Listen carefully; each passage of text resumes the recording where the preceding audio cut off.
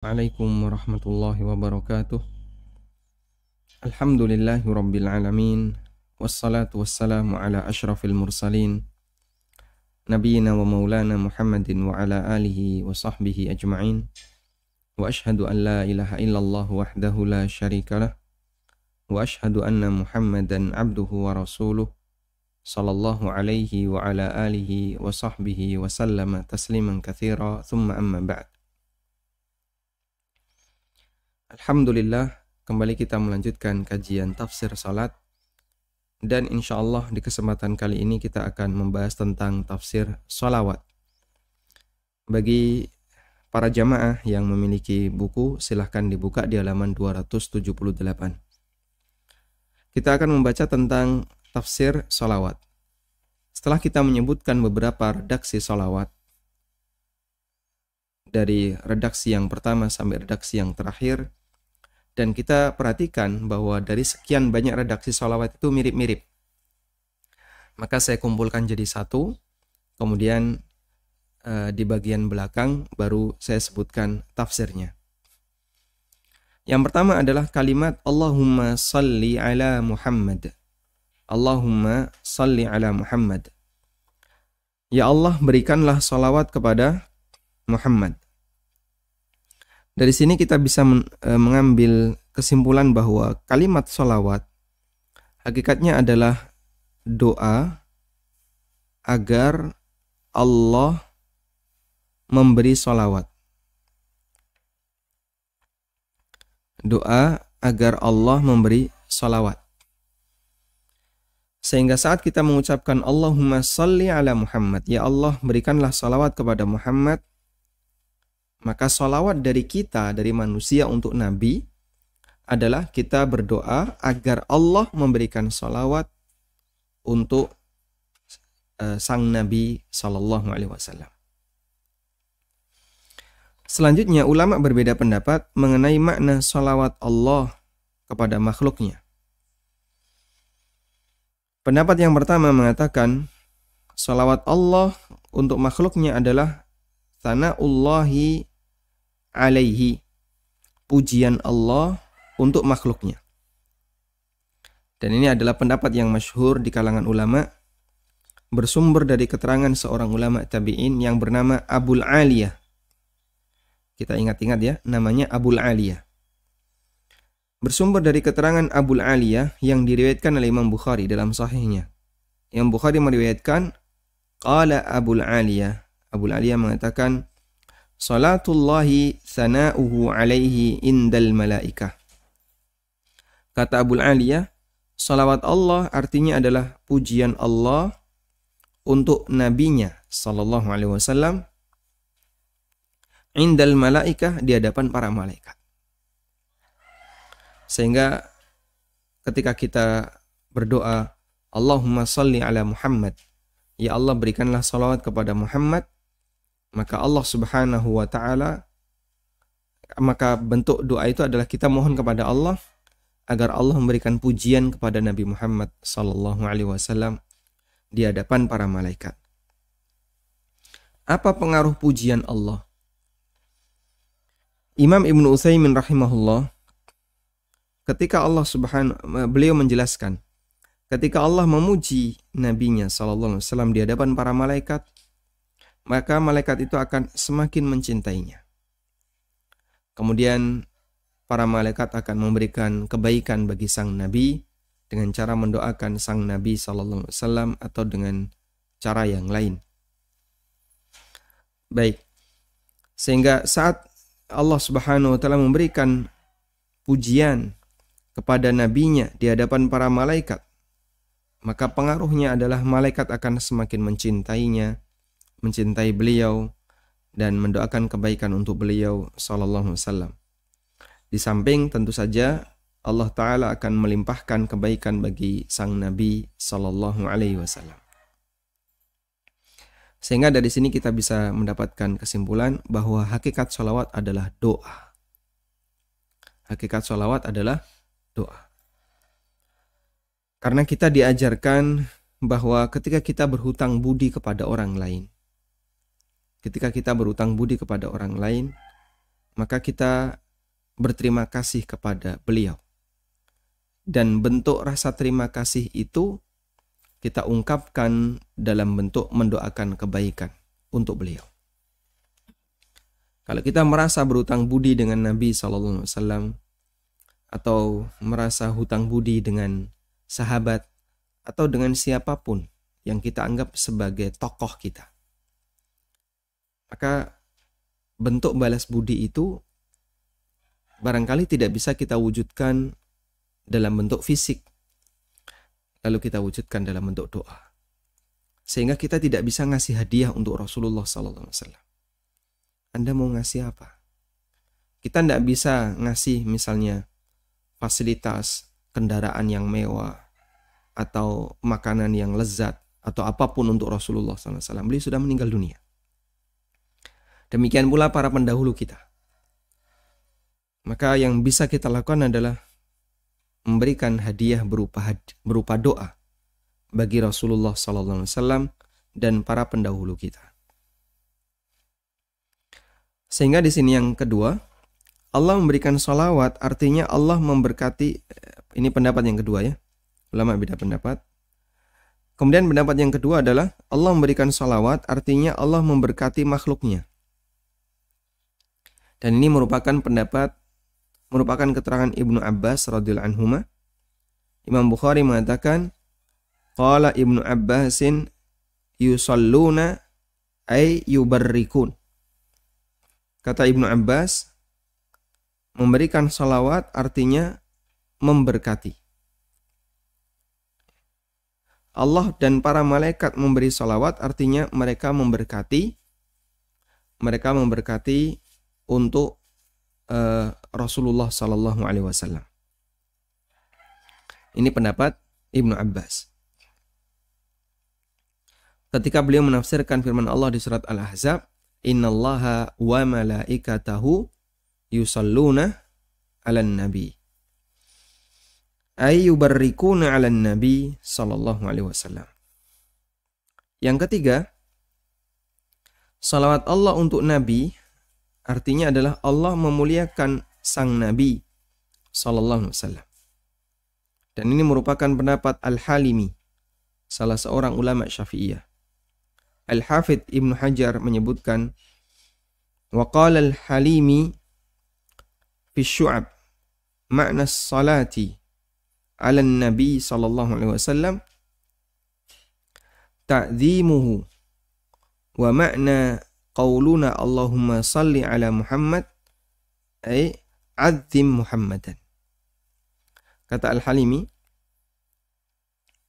dalam kitab Asy-Syu'ab tentang makna salawat untuk Nabi SAW adalah memuliakan beliau, ta'dhimuhu. Sehingga ketika kita berdoa, Allahumma salli ala Muhammad, ya Allah berikanlah salawat kepada Muhammad, maknanya adalah Allahumma adzim Muhammadan. Maknanya adalah kita memohon, ya Allah agungkanlah, muliakanlah Nabi Muhammad sallallahu alaihi wasallam. Kemudian Al-Halimi melanjutkan makna memuliakan, wal muradu ta'dhimuhu fid dunya bi'i'la'i dzikrihi wa idhari dinihi wa ibqa'i syari'atihi. Dan yang dimaksud Allah memuliakan beliau adalah ketika di dunia adalah dengan Allah Ta'ala angkat penyebutan beliau. Maka nama Nabi SAW dikenang di mana-mana. Nama Nabi SAW disebut di mana-mana. Bi'i'la'i dzikri, Allah angkat nama beliau. Wa idhari dinihi, Allah menangkan ajaran agama beliau. Wa ibqa'i syari'atihi, dan Allah jaga sehingga syariatnya bertahan. Ini bentuk memuliakan Nabi SAW yang Allah berikan ketika di dunia.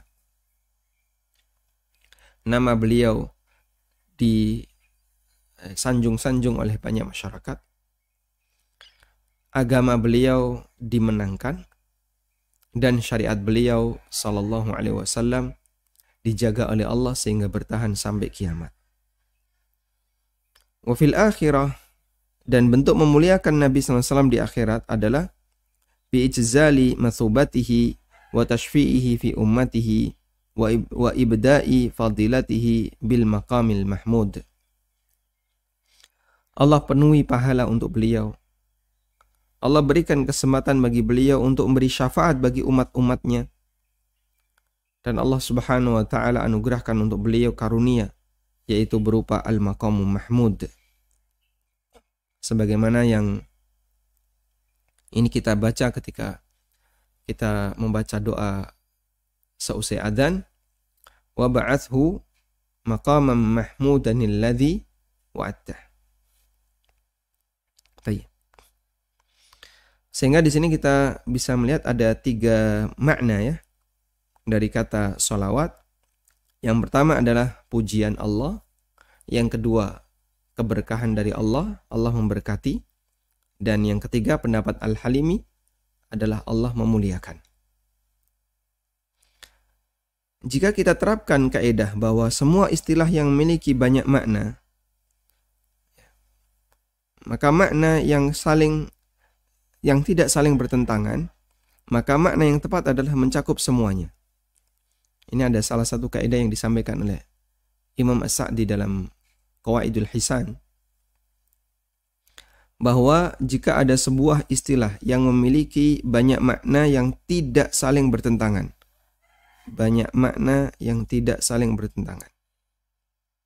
maka makna yang tepat adalah mencakup semuanya. Sehingga makna ya Allah berikanlah salawat bagi Muhammad, artinya pujilah Muhammad di hadapan para malaikatmu, muliakan beliau dan berkahi beliau. Nah, dengan cara seperti ini berarti makna salawat mencakup ketiga-tiganya yang tadi kita sebutkan. Sehingga apa makna salawat? Jawabannya adalah Allah memberkati beliau, Allah memuliakan beliau, Allah memuji beliau. Apa makna salawat Allah di hadapan ketika kita membaca Allahumma sholli ala Muhammad? Berarti kita mohon kepada Allah agar Allah memberkati Nabi SAW, agar Allah memuliakan Nabi SAW, dan agar Allah memuji Nabi SAW. Kemudian kalimat wa ala ali Muhammad, dan berikanlah salawat kepada keluarga Muhammad. Ibnu Qayyim rahimahullah menyebutkan ada 4 pendapat ulama mengenai makna alu Muhammad. Pendapat pertama, yang dimaksud dengan alu Muhammad adalah orang yang haram menerima zakat. Sekelompok orang yang mereka dilarang untuk menerima zakat meskipun miskin. Mereka adalah keturunan Bani Hashim. Dan semua keturunan Bani Hashim dilarang untuk menerima zakat. Lalu dari mana Bani Hashim itu bisa mendapatkan harta dari kaum muslimin jika mereka tidak mampu? Bani Hashim mereka dapat harta dari ghanimah. Karena ghanimah sebelum dibagi yang 1/5 ya, adalah untuk Allah dan Rasulnya, dan itu dibagikan kepada salah satunya adalah dzawil qurba, yaitu para kerabat Nabi Sallallahu Alaihi Wasallam. Kemudian yang kedua, mereka adalah keturunan beliau dan para istri beliau saja, sehingga tidak melebar, bukan Bani Hashim, tapi adalah keturunan Nabi Sallallahu Alaihi Wasallam dan para istri Nabi Sallallahu Alaihi Wasallam. Maka tidak masuk di sana paman-pamannya, tidak masuk di sana sepupu-sepupunya, sepupu-sepupu beliau. Tapi yang menjadi alu Muhammad adalah keturunan Nabi SAW dan para istri Rasulullah SAW. Yang ketiga adalah semua pengikut beliau sampai kiamat. Dan yang keempat adalah orang yang bertakwa di kalangan umat beliau Sallallahu Alaihi Wasallam. Di sini ada footnote nomor 30 ya. Kalimat alu fulan bisa bermakna seluruh pengikut fulan. Sehingga alu Muhammad bisa memiliki makna seluruh pengikut Muhammad. Asy-Syaukani menyebutkan keterangan pakar bahasa Nashwan al-Himyari, wa qad dhaba Nashwan al-Himyari imamul lughati ila annahum jami'ul ummah. Nashwan al-Himyari, salah satu pakar bahasa, berpendapat bahwa makna alu Muhammad adalah seluruh umat beliau sallallahu alaihi wasallam. Alu Muhammad adalah seluruh umat Nabi sallallahu alaihi wasallam menurut makna yang ketiga yang tadi kita sebutkan. Dan dalil makna bahasa alu itu bisa mencakup seluruh pengikut adalah firman Allah Ta'ala.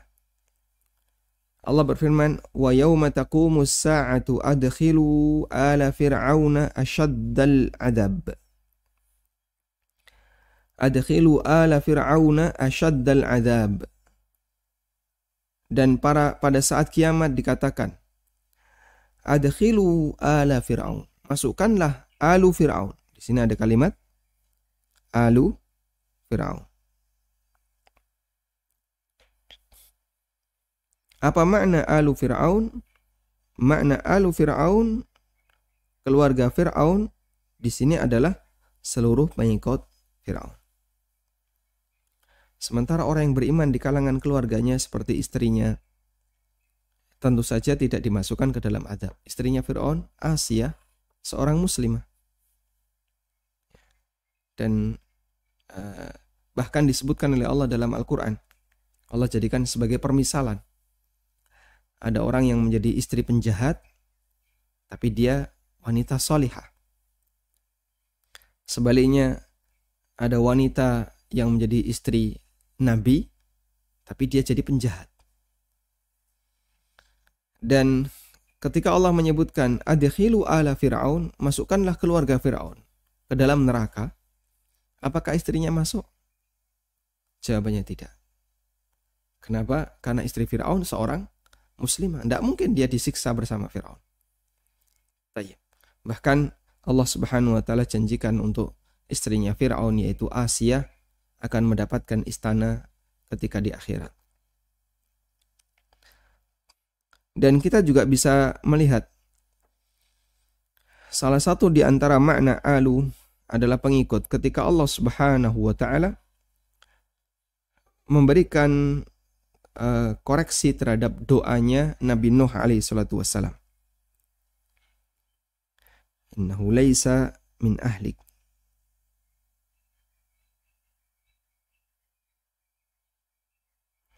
Allah berfirman di surat Hud ayat 46. Coba kita buka surat Hud ayat 46.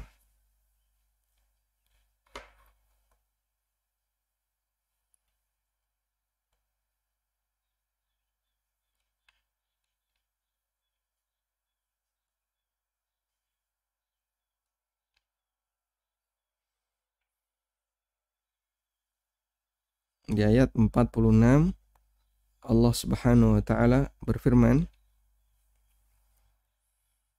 atau sebelumnya ya, kita coba lihat di ayat 45.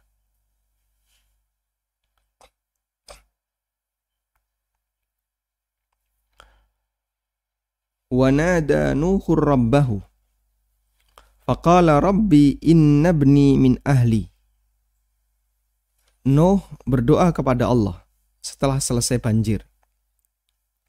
Ini seusai banjir.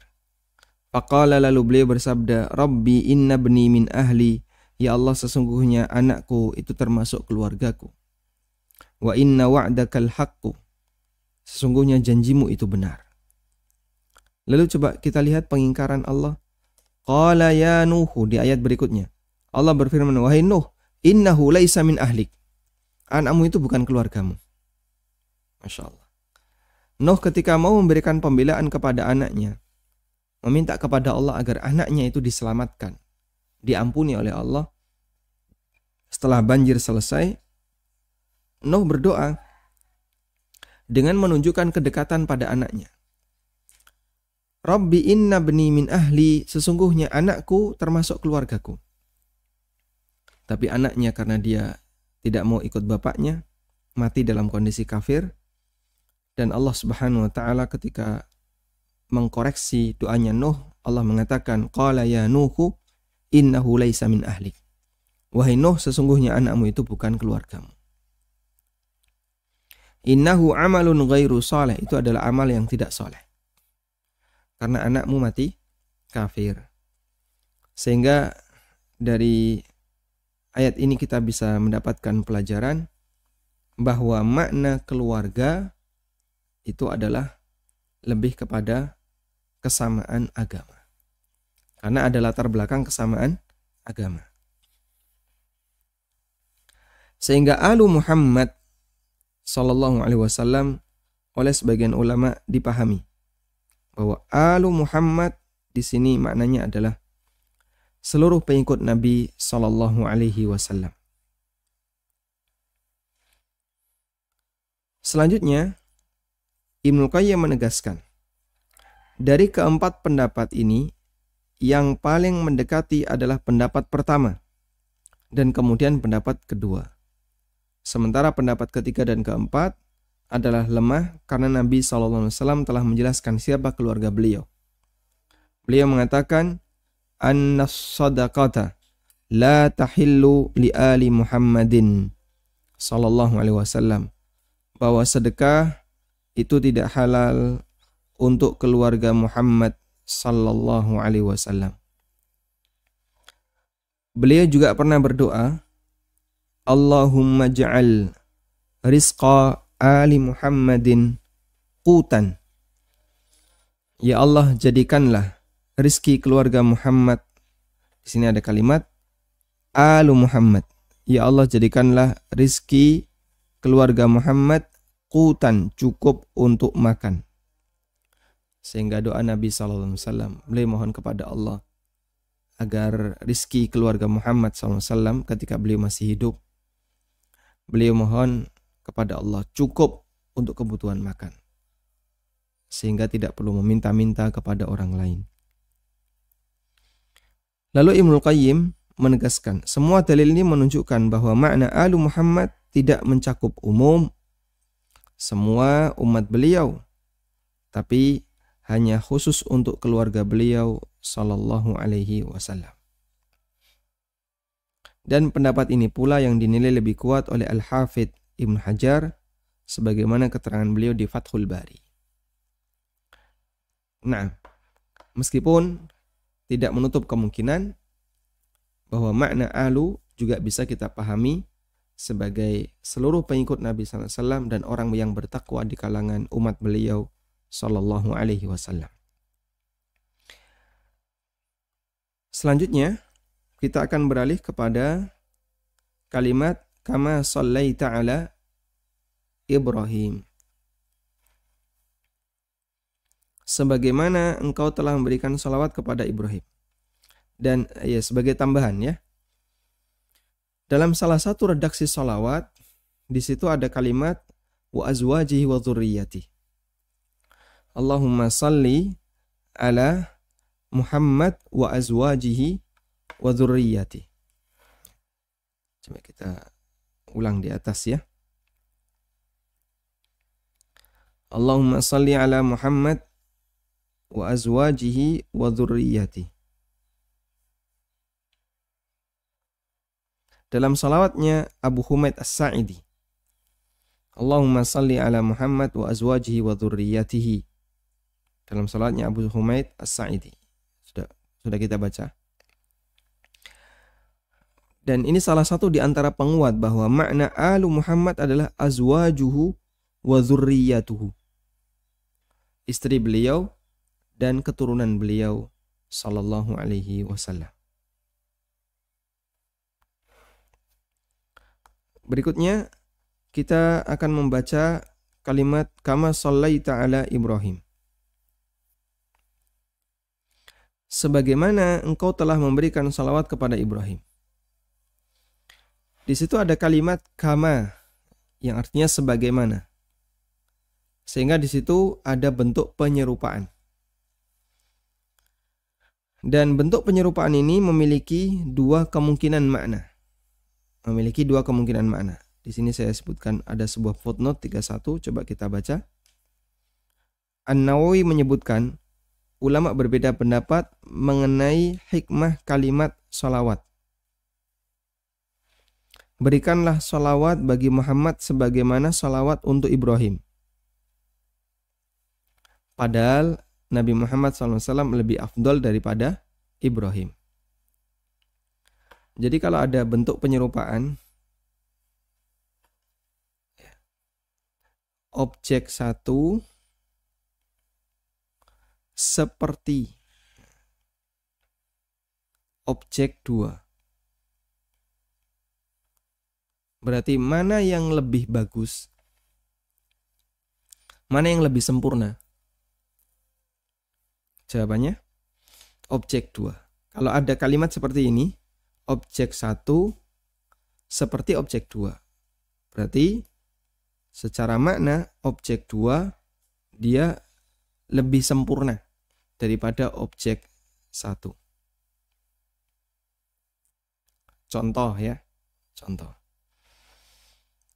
Dia pinter seperti siapa misalnya? Dia pinter seperti Umar. Dia pemberani seperti Umar. Objek 1 dia. Yang mau diserupakan adalah sifat pemberaninya. Dia pemberani. Kemudian di situ ada kata seperti. Lalu ini objek 2, Umar. Baik.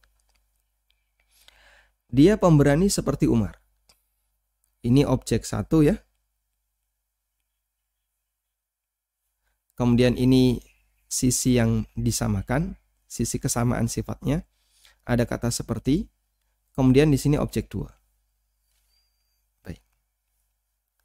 Pertanyaannya, siapa yang lebih pemberani? Siapa yang lebih pemberani? Jawabannya, jelas Umar lebih pemberani. Sehingga keberanian Umar jauh lebih tinggi dibandingkan keberanian dia. Keberanian orang yang diserupakan. Contoh yang lain.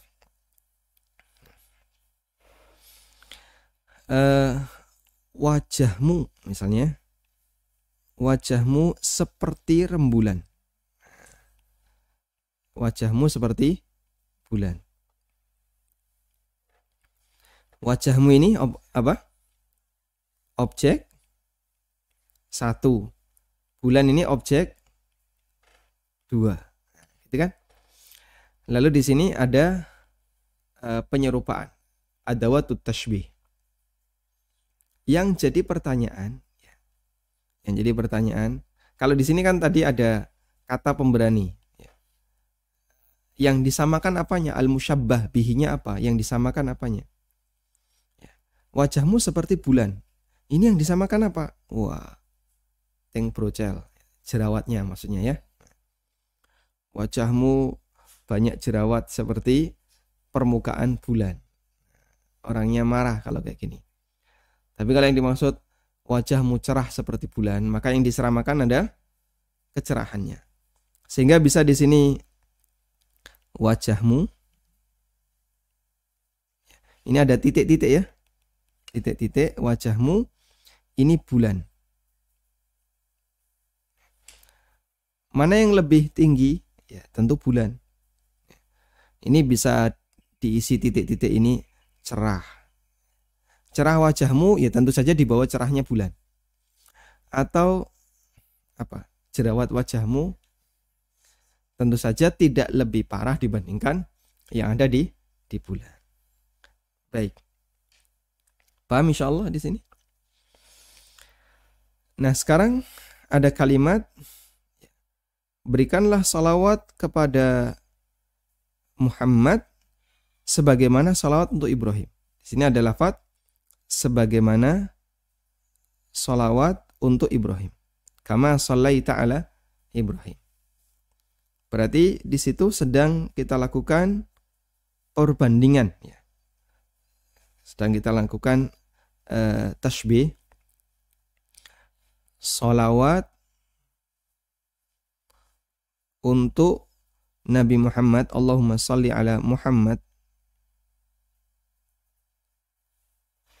sallallahu alaihi wasallam, seperti sholawat untuk Ibrahim sallallahu alaihi wasallam. Baik. Di sini ada kata seperti Allahumma shalli ala Muhammad kama shallaita ala Ibrahim. Kalau kita pakai kaidah-kaidah seperti di atas, ini tadi kebalik yang bulan ini, ya. Ini harusnya di sini bulan, ini wajah. Kalau kita gunakan kaidah seperti di atas, ya. Bulan, ini wajah. Misalnya wajahmu secerah bulan. Tentu cerahnya bulan lebih cerah dibandingkan wajah orang ini. Salawat kepada Muhammad seperti salat Ibrahim. Berarti kan kalau pakai kaidah di atas, ya, kalau pakai kaidah di atas, berarti salawat untuk Ibrahim lebih sempurna dibandingkan salawat untuk Muhammad. Kan begitu. Sekarang kita akan lihat keterangan An-Nawawi. Beliau menyebutkan qala al-Qadhi Iyad, kata al-Qadhi Iyad. Karena di sini beliau mengatakan padahal salawat Nabi Muhammad SAW, salawat untuk Nabi Muhammad SAW lebih afdol daripada Ibrahim. Lalu kenapa ketika penyerupaan salawat diserupakan dengan Ibrahim? Al-Qadhi Iyad menjelaskan, azharul aqwali anna nabiyyana sallallahu alaihi wasallam sa'ala dzalika li nafsihi wa li ahli baitihi liyutimma an-ni'mata alaihim kama atammaha ala Ibrahim wa ala alihi. Kata Al-Qadhi Iyad, pendapat yang paling mendekati, yang paling dhahir, maksudnya paling kuat, bahwasanya Nabi SAW berdoa hal itu untuk dirinya dan keluarga beliau, agar Allah menyempurnakan nikmat bagi mereka, beliau dan keluarganya, sebagaimana Allah telah menyempurnakan nikmat untuk Ibrahim dan keluarga Ibrahim. Nah, artinya yang diserupakan itu bukan hasil tapi proses. Yang diserupakan itu bukan hasil tapi proses. Ada hasil, ada perbuatan atau proses, ya.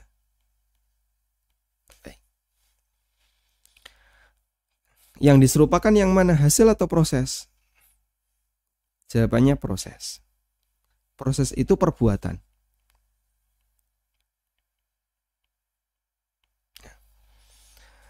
Contohnya kayak gini, ya.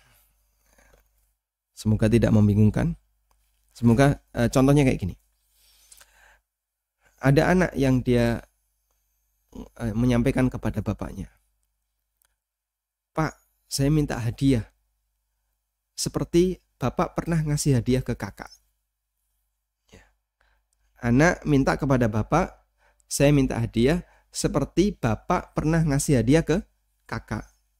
Kalimat itu kan ada dua makna. Pertama, seperti hadiah yang diberikan ke kakak, berarti yang disamakan apa? Hasil.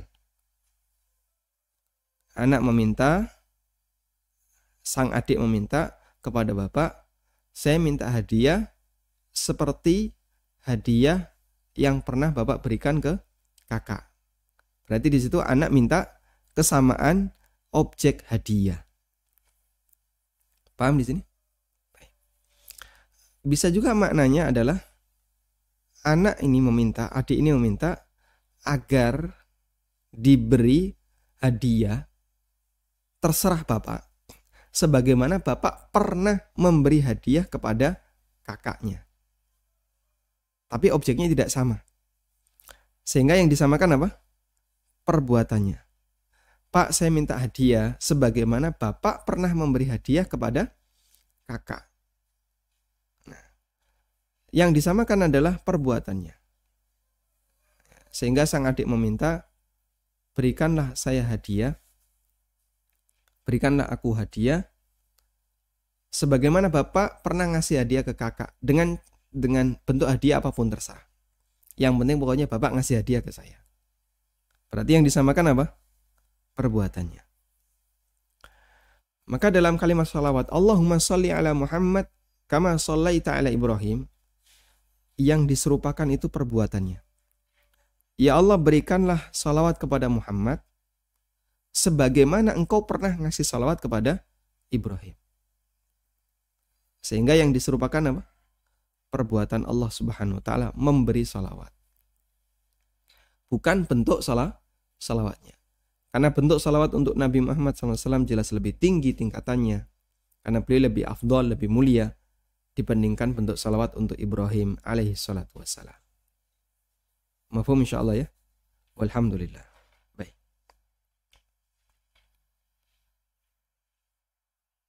Nah, saya sebutkan di sini ya. Mana at-tashbih, penyerupaan, sehingga kata sebagaimana diartikan seperti. Kata sebagaimana diartikan seperti. Jika kita terjemahkan lengkap menjadi berikanlah salawat kepada Muhammad seperti salawat yang kau berikan kepada Ibrahim. Namun ini kemungkinan makna yang lemah. Karena dalam penyerupaan yang diserupakan lebih rendah daripada yang jadi standarnya. Misalnya wajah Adi cerah seperti rembulan. Mana yang lebih cerah? Wajah Adi atau rembulan? Tentu saja jawabannya rembulan. Dia cakep kayak Nabi Yusuf. Kamu sama Nabi Yusuf kalau dijejer kan gitu. Jauh sekali nanti selisihnya. Nah, cuman kenapa kok orang nyebut memuji orang ini? Dia cakep seperti Nabi Yusuf. Ya. Nah, karena yang namanya penyerupaan itu sekalipun dia jauh di bawah kualitas standar diperbolehkan. Ya. Contoh yang lain misalnya apa? Dia dermawan seperti siapa? Seperti Fulan. Tentu Fulan akan lebih dermawan dibandingkan orang ini. Sehingga kalimat berikanlah salawat kepada Muhammad seperti salawat yang kau berikan kepada Ibrahim memberikan makna bahwa salawat untuk Ibrahim lebih sempurna dibandingkan salawat untuk Muhammad. Dan ini tidak tepat. Karena Nabi SAW lebih mulia dibandingkan Ibrahim. Makna yang kedua adalah ta'lil. Makna yang kedua adalah ta'lil. Jadi kalimat kama shallaita ala Ibrahim, kama di situ diartikan sebagai ta'lil, bukan tashbih. Terjemah yang umum dalam bahasa kita sudah benar, yaitu diterjemahkan dengan kata sebagaimana. Sehingga diterjemahkan berikanlah salawat kepada Muhammad sebagaimana engkau pernah memberikan salawat kepada Ibrahim. Sehingga kita memohon salawat untuk Nabi Muhammad SAW sebagaimana Allah telah memberikan salawat kepada Ibrahim. Berarti yang dinyatakan kama di situ adalah perbuatan, bukan hasil ya. Ini kita bicara perbuatan, bukan hasil. Berdasarkan makna ini maka kita bertawasul dengan perbuatan Allah Ta'ala sebelumnya. Sama kayak tadi ya. Adik minta kepada bapak, Pak saya minta hadiah sebagaimana bapak pernah ngasih hadiah ke kakak. Nah yang diminta oleh adik bukan bentuk hadiahnya yang sama, tapi bentuk perbuatan bapak yang sama. Bapak pernah ngasih hadiah ke kakak, tolong bapak juga harus ngasih hadiah ke saya. Dan itu yang disebut dengan at-tawassul bil fi'li. Menggunakan pendekatan dengan perbuatan. Dan inilah kemungkinan makna yang lebih tepat. Masya Allah ya. Jadi ulama membahas seperti ini sampai dari ini kan kajian dari sisi bahasa ya. Ketika memberikan syarah dan tafsir untuk makna sholawat, sampai kejelian mereka itu melihat kok di situ ada tasbih. Apakah bisa dimaknai sebagai tasbih ataukah bisa dimaknai sebagai ta'lil? Ya. Jadi kalimat kama shallaita ala Ibrahim ini ada dua makna. Bisa dimaknai sebagai tashbihun,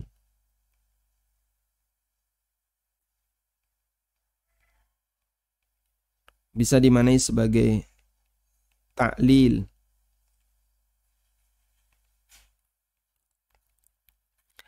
Kalau ini sama objek, kalau ini sama perbuatan. Dan yang lebih kuat adalah pendapat yang kedua. Wallahu ta'ala alam. Demikian yang bisa kita sampaikan. Semoga menjadi pengantar yang bermanfaat. Dan kita masih memiliki beberapa kalimat dari salawat yang belum kita baca tafsirnya. Insya Allah akan kita pelajari di pertemuan berikutnya insyaAllah ta'ala. Wa sallallahu ala nabiyyina Muhammadin wa ala alihi wa sahbihi wa sallam. Yayasan Amal Abadi Indonesia yang dibina oleh Ustadz Amin Nurbaits Hafizahullah saat ini tengah membangun gedung Sekolah Dasar Tahfidzul Quran Madinah Islamic Premier School, unit Kerajaan. Gedung ini dibangun di atas tanah seluas 646 meter persegi dan perkiraan biaya untuk tahap pertama 2 lantai mencapai 2,6 miliar. Salurkan donasi Anda untuk pembangunan Sekolah Dasar Tahfidzul Quran Madinah Islamic Premier School melalui rekening atas nama Yayasan Amal Abadi Indonesia, Bank Syariah Indonesia dengan kode bank 451, nomor rekening 7441 999. Untuk info donasi hubungi 082 12345 7441. وما أنفقتم من شيء فهو يخلفه وهو خير الرازقين.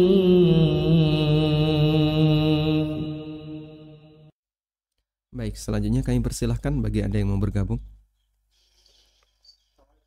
Waalaikumsalam warahmatullahi wabarakatuh. Silakan Bapak. Maaf Pak, mau bertanya di luar tema. Silahkan. Bapak bisa mute televisi untuk sementara, di mute Pak. Televisi. Baik, silakan Pak. Assalamualaikum. Waalaikumsalam warahmatullahi wabarakatuh. Bapak sudah terhubung, silakan. Bapak mau bertanya, maaf di luar tema sebentar. Saya ini disuruh menjualkan satu unit rumah seharga 100 juta. Kemudian si bapak itu nggak mau tahu, pokoknya minta bersih sedemikian, nggak mau tenan, nggak mau kasih komisi atau apa. Apakah kalau saya jual di atas harga lebih, apakah selisihnya itu halal untuk saya atau tidak? Hanya itu saja Pak. Terima kasih. Masya Allah. Warahmatullah. Waalaikumsalam warahmatullahi wabarakatuh. Saya bantu dengan menyebutkan sebuah riwayat dalam Sahih Bukhari. La ba'sa ayyakula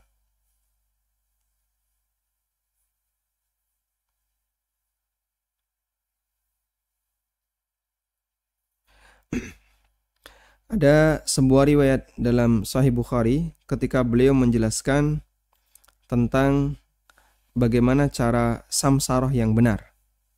Baik. Yaitu keterangan dari Ibnu Abbas radhiyallahu anhuma. Beliau mengatakan, ini. Qala al-Imam Bukhari fi sahihihi. Imam Bukhari dalam sahihnya beliau mengatakan, bab ujratus samsarah. Babun ujratus samsarah. Bab tentang upah makelaran. Lalu beliau menyebutkan beberapa keterangan dari para ulama tabi'in. Walam yara Ibnu Sirin. wa Atha wa Ibrahim wal Hasan bi ajri simsar ba'san. Menurut Ibnu Sirin, Atha bin Abi Rabah, Ibrahim An-Nakhai, Hasan Al-Basri, upah maklar tidak masalah. Wa qala Ibnu Abbas. Ibnu Abbas pernah mengatakan, la ba'sa ayyakul, boleh bagi penjual, pemilik barang mengatakan, bi hadha thawba, tolong jualkan kain ini. Fama zada ala kadza wa kadza fawalaka. Jika lebih dari harga sekian, itu milik kamu. Apa yang tadi Bapak sampaikan persis seperti ini. Kata Ibnu Abbas, enggak masalah seorang pemilik barang mengatakan, pokoknya saya terima bersih 100 juta. Terserah kamu, kau mau jual 130, 120, 150, terserah. Sehingga ketika Bapak diminta oleh pemilik rumah, pokoknya saya terima bersih 100 juta. Lalu Bapak berhasil menjualkan rumah itu 150. Maka yang 100 juta jadi hak milik siapa? Pemilik rumah. Yang 50.000 jadi milik Bapak. Tadi berapa? 100 juta 50.000 maksudnya ya. Atau bisa juga 150 juta. Yang 100 juta jadi hak milik pemilik rumah. Yang 50 juta jadi milik Bapak. Wallahu a'lam. Baik. Silahkan. Assalamualaikum. Waalaikumsalam warahmatullahi. Begini Pak Ustadz, saya ini keluar dari tema, jadi ini ada kasus di sini pembagian hak waris Pak Ustadz. Jadi di sini ada sebidang tanah, yaitu seluas 2 hektar yang ditinggalkan oleh almarhum, tetapi mempunyai 2 anak dengan berbeda bapak. Jadi di sini kesulitannya adalah cara pembagian warisnya, apa sama dengan ayah satu kandung dan ibu satu kandung, sedangkan di sini ibu satu kandung dengan berbeda bapak. Sedangkan bawaan dari ayah dan ibu yang asli itu adalah anak perempuan, sedangkan sedangkan ibu dan anaknya yang tiri itu adalah laki-laki. Jadi cara pembagiannya itu apakah sama dengan seperti anak kandung semuanya? Jadi Saya di sini pastikan dulu ya, Pak, tanah 2 hektar ini milik ibu ya? Ya, milik ibu dengan ayah tiri. Milik ibu dengan ayah tiri maksudnya? Ya, jadi milik ibu membawa satu orang? Ibu membawa anak laki-laki. Dan ibu itu sebelum nikah dengan bapaknya itu punya anak laki-laki. Terus nikah dengan bapaknya itu, nikah dengan Pak Juari itu punya anak perempuan. Nah, sedangkan suaminya itu sudah meninggal dunia duluan. Terus punya kapling itu 2 hektar di sini kan, kebun kelapa. Yang jadi, memiliki tanah ini Pak Juari atau istrinya? Berdua-dua karena transmigrasi. Oh, berdua, gitu. Milik berdua. Baik. Ya, milik berdua karena transmigrasi. Jadi suami sudah tidak ada, sekarang istri pun tujuh hari sudah tidak ada. Jadi saya disuruh membagi waris, membantu membagi waris, tapi kami tidak punya dalil, jadi kami itu kesulitan. Jadi apakah sama cara pembagiannya? Pak Juari itu, apakah punya anak dari selain Bu Juari? Tidak ada. Tidak ada. Dengan Bu Juari punya anak satu perempuan. Sebelumnya tidak punya anak. Tidak punya anak. Berarti cuma 2 orang ya anaknya. Iya, 2 orang itu. Baik, jadi, kami paham Bapak. Kesulitannya pembagiannya itu seperti apa supaya adil, karena itu katanya kalau berbeda bapak itu katanya berbeda juga cara pembagiannya itu. Baik. Cukup ya, Bapak. Jadi itu saja. Barakallahu fikum Pak Ustaz. Nah, wafikum barakallah. Baik. Seperti yang kemarin kita sampaikan ya, bahwa dalam masalah pembagian waris, maka ada 2 hal yang perlu kita tentukan, dan itu yang paling prinsip.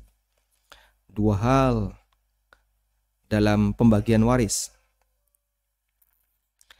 Dan ini yang paling prinsip. Pertama adalah menentukan subjek. Subjek ini berbicara tentang siapa ahli waris. Dan kita bisa menelusuri itu dengan jalur nasab, dengan pernikahan, dengan wala, seperti yang dijelaskan oleh para ulama. Yang kedua adalah menentukan objek. Menentukan objek adalah mana harta yang ditinggalkan oleh mayit. Dan prinsip warisan adalah objek waris adalah harta yang dimiliki oleh mayit sebelum dia mati. Berbicara tanah 2 hektar. Ada tanah 2 hektar. Lebih enak putih ya daripada kuning. Tanah 2 hektar. Kalau subjeknya insya Allah sudah ketemu ya. Tadi ada anak laki-laki. Tapi ini dari istri. Kemudian ada anak perempuan. Ini dari suami plus istri. Baik. Kemudian subjek insya Allah sudah ketemu. Yang belum tahu adalah objek. Tanah 2 hektar ini milik siapa? Seharusnya kan ada keterangan riwayat ya. Nah, mungkin pihak kelurahan atau siapa yang paham. Atau misalnya tetangga atau Pak RT lebih paham. Nah, setelah ada keterangan riwayat, ditentukanlah misalnya tanah 2 hektar itu anggap misalnya separuh-separuh. 1 hektar milik istri. Lalu 1 hektar lagi milik suami. Sudah? Yang anak laki-laki ini hanya dapat warisan dari ibunya. Hanya dapat warisan dari ibunya. Sedangkan yang anak perempuan, dia dapat warisan dari bapak dan ibunya. Terus cara membaginya gimana? Tadi Bapak sudah sampaikan Pak Juwari meninggal duluan. Berarti suami meninggal duluan. Nah, saat suami meninggal, berarti tanah 1 hektar ini jadi warisan siapa? Jadi warisan anak perempuan plus Bu Juwari, istri. Di mana istri mendapatkan 1/8. Lalu anak perempuan ini sebenarnya beliau mendapatkan sisa setengah. Nah, ada nggak Pak Juwari ini punya saudara atau tidak? Kalau Pak Juwari punya saudara, maka tanah 1 hektar lari ke saudaranya. Sisanya setelah setengah diberikan ke anak perempuan, 1/8 ke istri. Sudah? Berarti selanjutnya haknya Bu Juwari adalah 1 hektar plus 1/8 dari 1 hektar milik suaminya. Ya, sehingga kalau kita anggap ini adalah tanah 2 hektar, ini 1 hektar setengahnya, ini punyanya istri, Bu Juwari, maka beliau punya tambahan 1/8. 1/8. Ini jadi miliknya istri. Nah, selanjutnya ketika Bu Juwari ini meninggal dunia, maka berarti tanah sebanyak 1/8 hektar. Ini diwariskan ke kedua anaknya, laki-laki dan perempuan, dengan perbandingan 2:1. Anak perempuan tadi dia sudah mendapatkan 1/2 hektar. Dia dapat 1/2 hektar di sini. Ini haknya anak perempuan. Yang ini kita tidak tahu apakah Pak Juwari punya saudara atau tidak. Kalau Pak Juwari nggak punya saudara, nggak punya paman, nggak punya sepupu dan seterusnya, maka langsung jadi hak milik anak perempuan ini. Tapi kalau Pak Juwari masih punya kerabat-kerabat yang lain, kita perlu merunut kerabatnya itu siapa. Karena mereka punya hak. Sebab Pak Juwari hanya punya 1 anak perempuan. Sudah? Sehingga yang ini saya nggak bisa bahas. Ya. Sebab kita tidak tahu kelengkapan data ahli waris. Nah, yang menjadi warisan Bu Juwari hanyalah tanah yang ini. Yang saya kasih arsir kuning.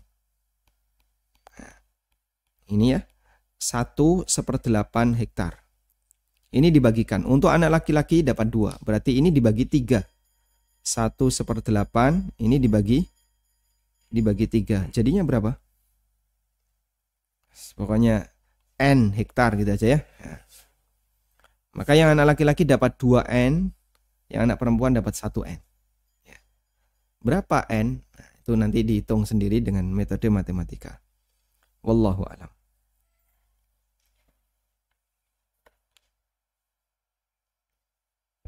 Assalamualaikum Ustadz. Waalaikumsalam warahmatullahi. Afwan izin bertanya, apakah doa perlindungan setelah sholawat wajib dibaca? Jazakallahu khairan. Ulama berbeda pendapat tentang doa perlindungan terhadap 4 hal. Allahumma inni a'udzubika min adzabi jahannam wa min adzabil qabri wa min fitnatil mahya wal mamat wa min syarri fitnatil masihid dajjal. Apakah wajib dibaca ataukah tidak? Insya Allah akan kita bahas tentang itu di materi tentang doa memohon perlindungan setelah sholawat. Wallahu a'lam.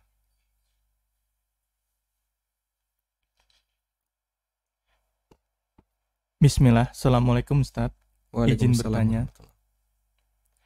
Ketika mengerjakan sholat wajib, setelah takbiratul ikhram kita langsung membaca ta'awudz. Ketika ingat bahwa kita belum membaca doa iftitah, apakah boleh kita terus langsung membaca doa iftitah atau lanjut Al-Fatihah saja? Syukron Ustaz. Jika Anda sudah membaca ta'awud karena lupa lalu teringat saya tadi belum baca Fatihah, insya Allah Anda boleh ulang dengan membaca ta'awud.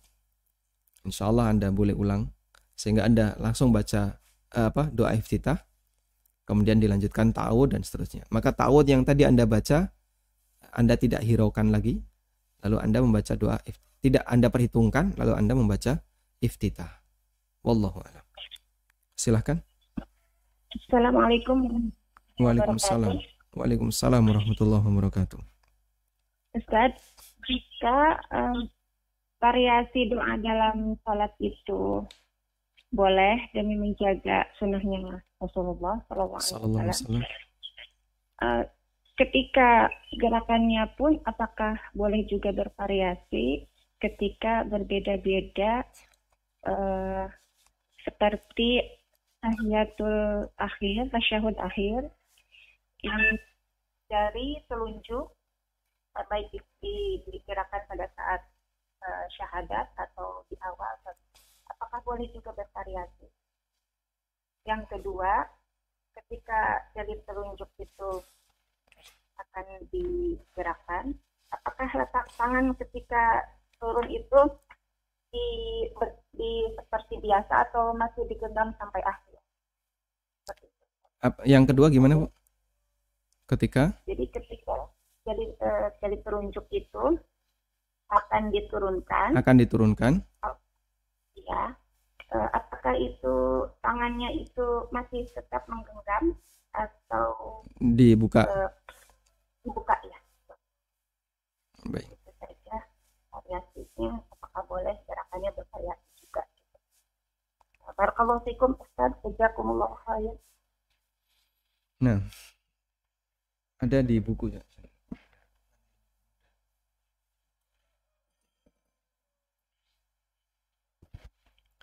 Di awal dari buku ini saya pernah menyampaikan tentang sunnah tanawwu ya. Macam-macam sunnah tanawwu.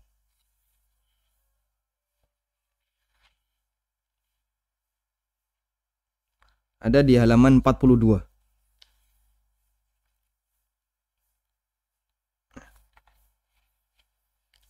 Ada di halaman 42. Jadi mana yang boleh digabungkan, mana yang sifatnya hanya dipilih salah satu, dan mana yang dikerjakan kadang-kadang. Di halaman 42 saya menyebutkan tentang macam-macam sunnah tanawwu.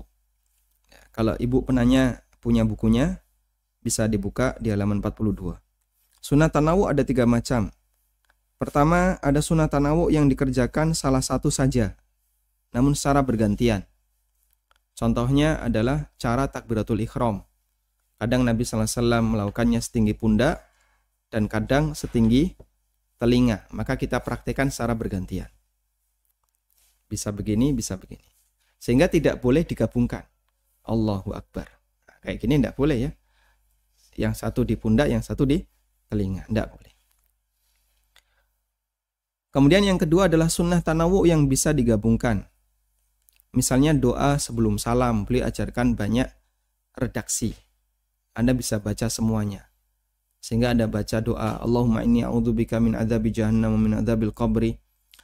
Plus Anda juga baca Allahumma a'inni ala dzikrika wa syukrika wa husni ibadatik. Anda juga baca doanya Abu Bakar ya, yang mohon ampunan kepada Allah Subhanahu wa taala. Anda bisa juga baca doa-doa yang lain, sehingga bisa digabungkan. Yang ketiga, sunnah tanawu yang dikerjakan kadang-kadang, seperti membaca surat di rakaat yang ketiga dan keempat, atau mengangkat tangan ketika hendak sujud atau bangkit dari sujud. Umumnya Nabi SAW tidak melakukannya, namun terkadang beliau melakukannya, termasuk duduk iqa. Dan saya tambahkan satu lagi, yaitu ada yang dia sifatnya khilaf, tadad, perbedaan pendapat yang saling bertentangan. Nah, untuk perbedaan pendapat yang saling bertentangan, maka tidak mungkin bergantian, Anda pilih salah satu. Sehingga apakah ketika berisyarat jari telunjuk itu diam saja, ataukah sambil digerakkan? Jawabannya, ini tidak bisa digabungkan, nggak mungkin ya, diam gerak, nggak mungkin ya, nggak bisa digabungkan. Dan yang kedua, tidak bisa bergantian.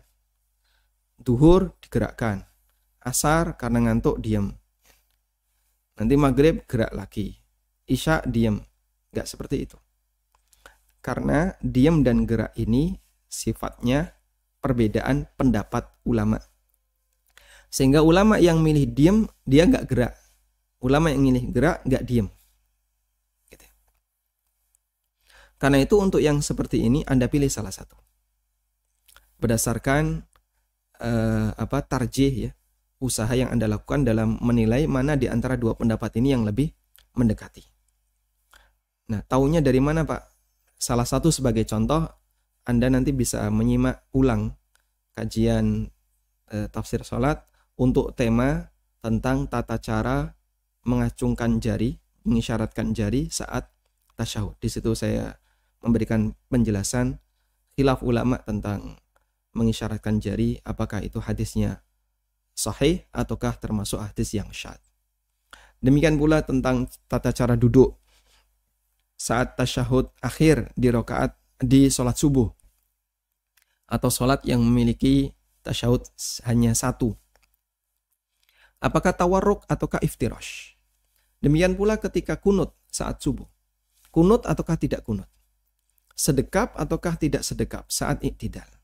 Itu semuanya adalah khilaf ulama, dan khilaf di sini kita memilih mana yang lebih mendekati dan kita tinggalkan yang tidak sesuai dengan pendapat kita. Wallahu a'lam. Silahkan. Halo, Assalamualaikum. Waalaikumsalam warahmatullahi.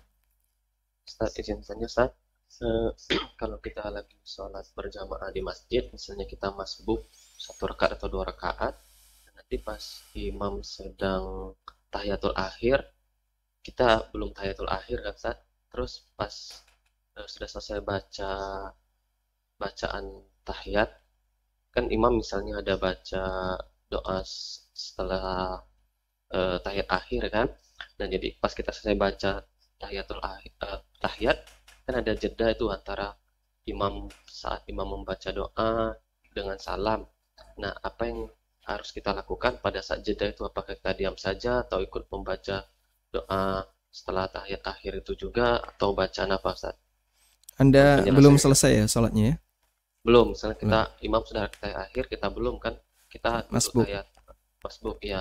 Kan ada jeda antara imam sebelum salam itu. Nah, kita selesai membaca, apa yang harus kita lakukan sambil menunggu imam untuk salam?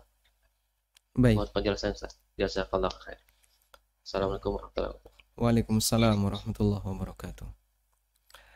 Kemarin beberapa kali kita singgung hal ini dan kami sampaikan bahwa ulama beda pendapat. Menurut pendapat Syafi'iyah, ketika kita sedang tasyahud awal karena kita masbuk, sementara imam tasyahud akhir. Kemudian saat imam membaca doa sehingga lebih lama beliau baca sholawat, baca doa, sampai akhirnya beliau salam, kita sudah selesai membaca tasyahud, tapi imam belum salam. Apa yang harus kita lakukan? Menurut pendapat Imam Syafi'i, silakan baca sholawat dan silakan berdoa. Dan ini pendapat Imam Syafi'i fil jadid, pendapat Imam Syafi'i dalam pendapat baru beliau, dituangkan dalam kitab Al-Um. Yang kedua, ulama yang mengatakan bahwa duduk tasyahud awal atau duduk tasyahud selain tasyahud akhir.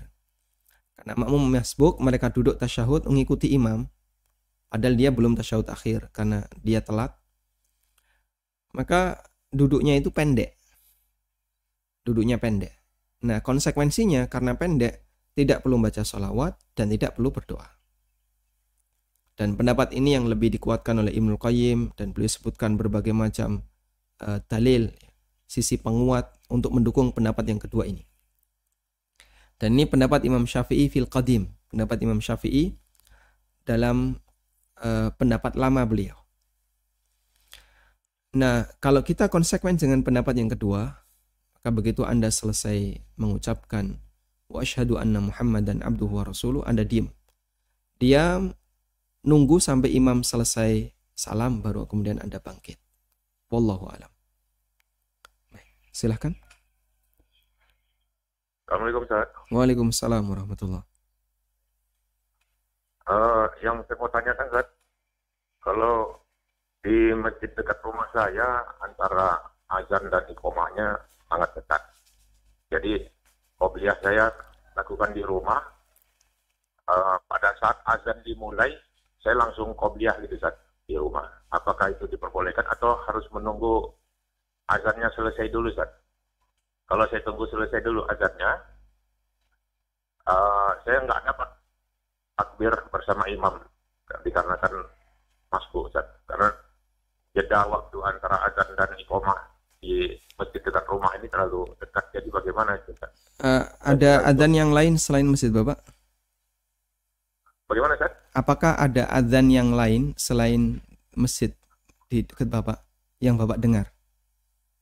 Ada Ustaz. Ada ya. Bapak mengikuti azan yang mana? Menjawab azan yang mana? Yang dekat rumah Ustaz. Yang dekat rumah saja. Baik. Iya. Jadi cuma saya melakukan qobliyah itu pada saat azan dimulai, saya langsung qobliyah. Apakah itu diperbolehkan Ustaz, atau saya harus menunggu azannya selesai baru qobliyah? Baik. Iya Ustaz. Cukup Bapak. Wa jazakumullah khairan. Masyaallah. Ini pertanyaan yang sangat bagus ya. Dan kita akan gunakan satu kaedah dalam menjawab pertanyaan ini. Saya ulang pertanyaannya. Mana yang lebih baik? Qobliyah di rumah, namun berkonsekuensi kita ketinggalan, tidak dapat shaf pertama, atau mungkin tidak dapat takbiratul ihram imam. Ataukah qobliyah di masjid? Dan kita bisa mendapatkan takbiratul ihram bersama imam, bisa dapat shaf pertama, dan beberapa keutamaan yang lainnya. Seperti yang kita tahu, sholat sunnah itu terbaik di mana? Di rumah. Nabi SAW bersabda, afdalu sholatil mar'i fi baitihi illal maktubah. Sholat terbaik yang dilakukan oleh seseorang adalah sholat yang dilakukan di rumahnya, kecuali sholat wajib. Sehingga kita dianjurkan qobliyah di rumah, ba'diyah di rumah. Kita dianjurkan demikian. Namun kalau ada konsekuensi seperti tadi, mana yang lebih baik? Di masjid ataukah di rumah? Ada sebuah kaidah yang mengatakan, ilhaqu syai'i bi aslihi. Ilhaqu syai' bi aslihi. Menyamakan atau memasukkan sesuatu dengan dilihat dari bagian induknya. Samakan sesuatu dengan induknya. Samakan sesuatu dengan induknya. Baik. Di sini ada dua sisi pertimbangan. Ada dua sisi pertimbangan. Salat sunnah di rumah. Salat sunnah di rumah. Anda mendapatkan keutamaan. Keutamaan yaitu semakin sempurna. Sempurna sholat sunnah. Karena sholat sunnah di rumah semakin sempurna. Sudah? Sholat sunnah di masjid. Anda dapat keutamaan. Anda dapat keutamaan apa? Sempurna sholat wajib.